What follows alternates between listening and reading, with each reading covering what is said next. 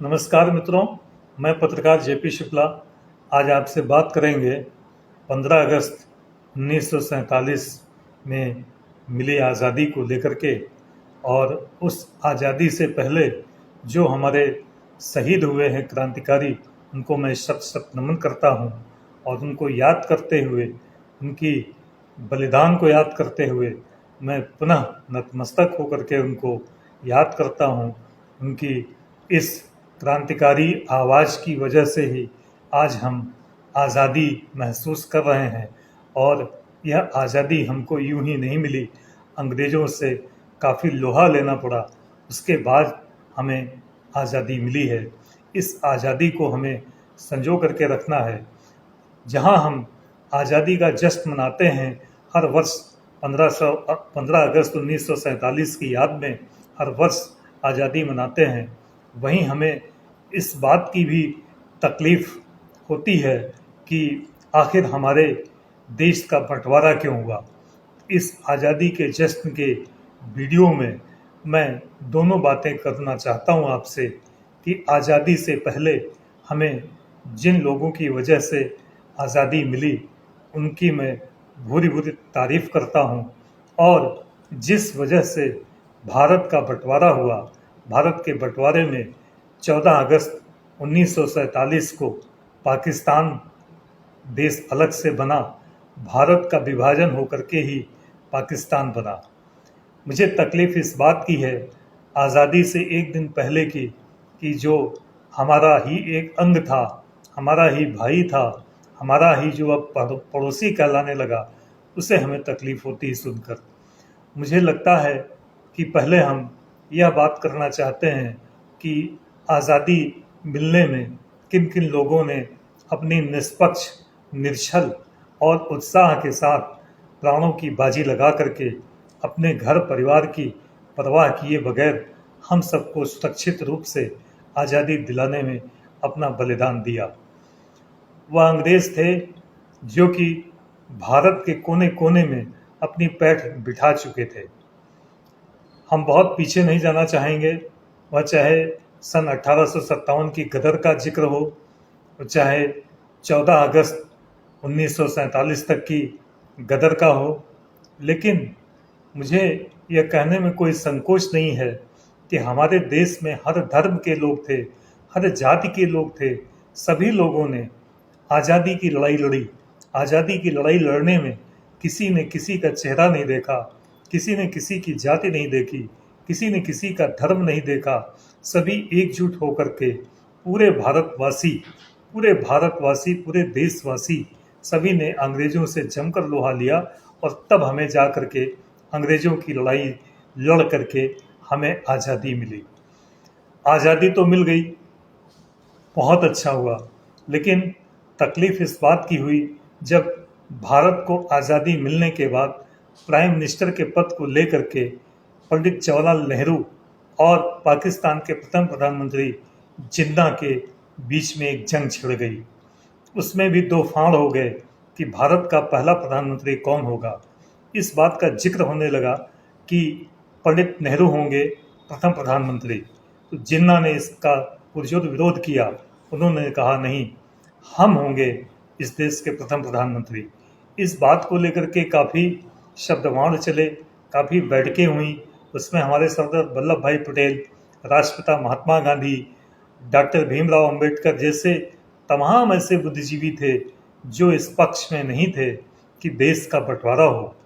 कहाँ हम देश की आज़ादी की जश्न में डूबे हुए थे, वहीं हमें उस समय मायूस होना पड़ा जब यह पता चला कि भारत अब दो देश बनने जा रहा है।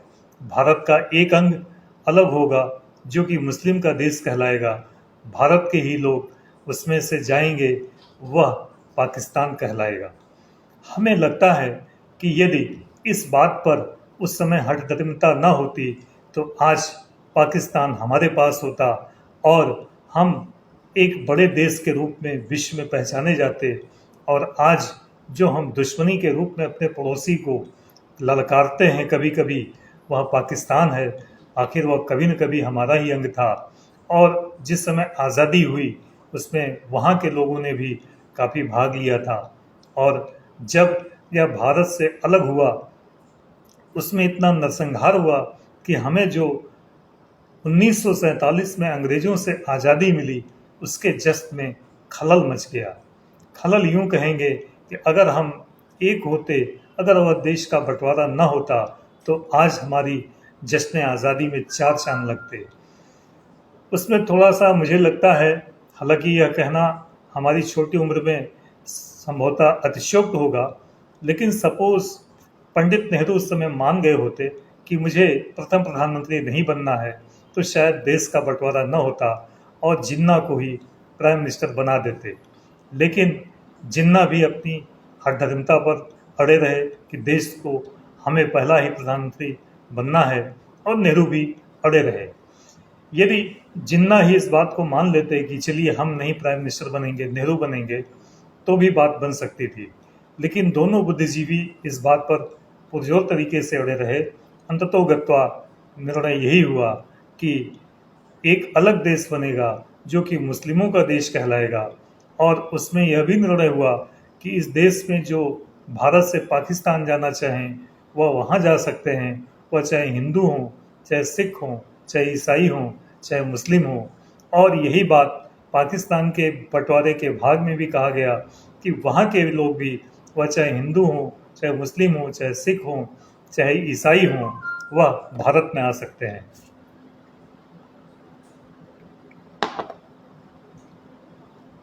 टीम के जो सदस्य थे उनके इसी निर्णय से दोनों देशों के तरफ से आने जाने पर, वो चाहे लाहौर से यहाँ भारत आए, पाकिस्तान के लाहौर से, चाहे भारत आए, चाहे भारत से पाकिस्तान गए, इस बीच चाहे जिस धर्म के रहे हों, उनमें बहुत आपस में नरसंहार हुआ, बहुत निर्दोषों की जानें गईं, और वह आज भी हमको हृदय विदारक लगता है, जो कि ऐसा नहीं होना चाहिए था।